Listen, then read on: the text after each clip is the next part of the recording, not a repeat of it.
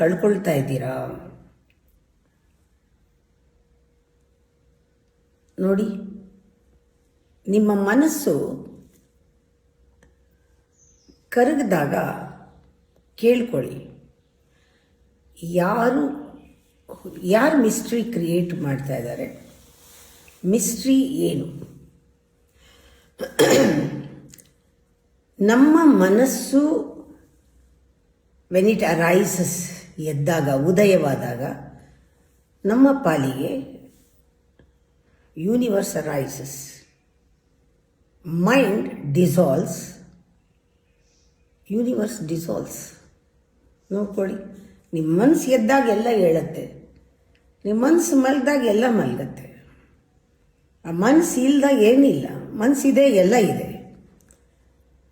ಹೀಗಿದ್ದಾಗ it is not creation, it's a reflection. ಇನ್ನೂ ಆಳವಾಗಿ ಹೋಗಿ, ಹೂವು ಅದನ್ನು ಯಾರು ಅರಳಿಸ್ತಾರೆ?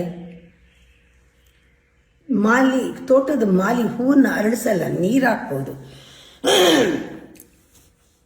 ಗಾರ್ಡನರ್ ಅರಳಿಸಲ್ಲ. Flower blooms without the gardener. ನದಿ ಹೇಗೆ ಹರಿಯತ್ತೆ? ಯಾರೂ ಕ್ರಿಯೇಟ್ ಮಾಡಬೇಕಾಗಲ್ಲ ಕರೆಂಟ್ನ, ಅದು ಪಾಡ್ಗದ ಹರಿಯತ್ತೆ. ಇದೆಲ್ಲ ನೋಡೋಣ. ಎಕ್ಸಿಸ್ಟೆನ್ಸ್ ನೋಡಿದಾಗ ಸಿಂಪ್ಲಿ ಇಟ್ ಈಸ್ ಅಷ್ಟೆ. It is simply is. Existence simply is. ನಿಮ್ಮ ಥಾಟು ನಿಂತೋದ್ರೆ, ವೆನ್ ಇಟ್ ಫಾಲ್ಸ್ ಸೈಲೆಂಟ್, ಮೌನವಾಗಿಬಿಟ್ರೆ ನಿನಗೆ ಒಂದು ರಿಯಲೈಸೇಷನ್ ಆಗುತ್ತೆ. ಯಾರೂ ಕ್ರಿಯೇಟರ್ ಇಲ್ಲ, ಯಾವುದು ಕ್ರಿಯೇಷನ್ ಇಲ್ಲ. ಒಂದೇ ಒಂದಿರೋದು ಕಾನ್ಷಿಯಸ್ನೆಸ್, ಪ್ಯೂರ್ ಕಾನ್ಷಿಯಸ್ನೆಸ್. ಯೋಚನೆಗಳೆಲ್ಲ ನಿಂತುಬಿಟ್ರೆ ಅಮನಸ್ಸಿ ಸ್ಥಿತಿನಲ್ಲಿ ಎಲ್ಲ consciousness.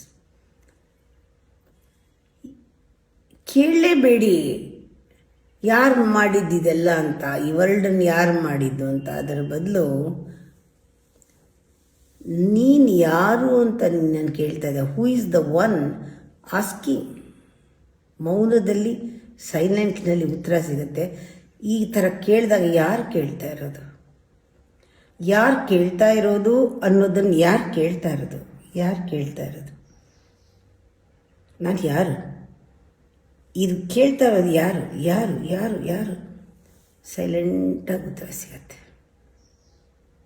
Pure consciousness, pure awareness ಅಷ್ಟೇ ಇರೋದು